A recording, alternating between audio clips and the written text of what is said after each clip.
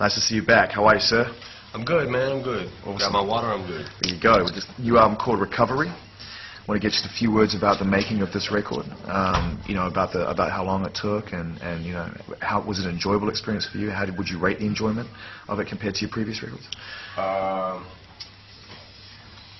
It was damn. How do I rate that?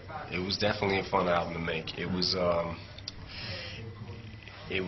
one of them things where it felt like a breath of fresh air to get so many different tracks, different sounds from everybody, and be able to make a record, and also to, you know, thinking outside the box, being able to go outside the box and just get different tracks and things like that. It was definitely fun, man. I felt like I got a chance to experiment with, you know, play around with different flows and things like that, you know, because I've always been, I think, the type of artist that just does whatever the beat's telling you to. But instinctual.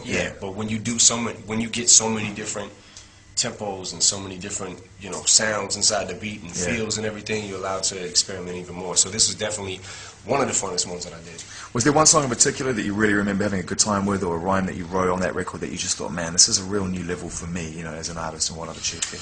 I don't know about that. I feel like every record was fun for me to make. You know, if it wasn't, I guess I wouldn't have did it. Yeah, that's true. What I mean? Yeah. The records that weren't fun for me to make probably came out that way. It probably sounded like it, so they probably didn't make the album. I heard you say that before, actually, that you sort of felt like you were at a point in your life where you could look back on your back catalogue and what you've achieved and feel like that maybe you undersold yourself as an artist or your talent with a few records, you know. At what point did you come to that realization? That I undersold? Well, yeah, that you made records that you felt weren't necessarily like up to your own standards, you know. Oh, definitely. There was records that I felt like there was a long period, you know, a good 4 or 5 year period where I felt like I definitely gave the public a lot of subpar material. You know what I mean? There was a lot of It's a shit, huge man. moment of clarity, though, for an artist. Most people go through their whole lives without realizing that, you know?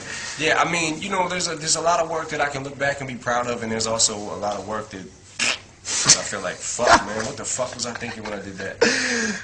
What's coming up next for you, real quick, before I let you get out of here and get on your plane, man? What's happening?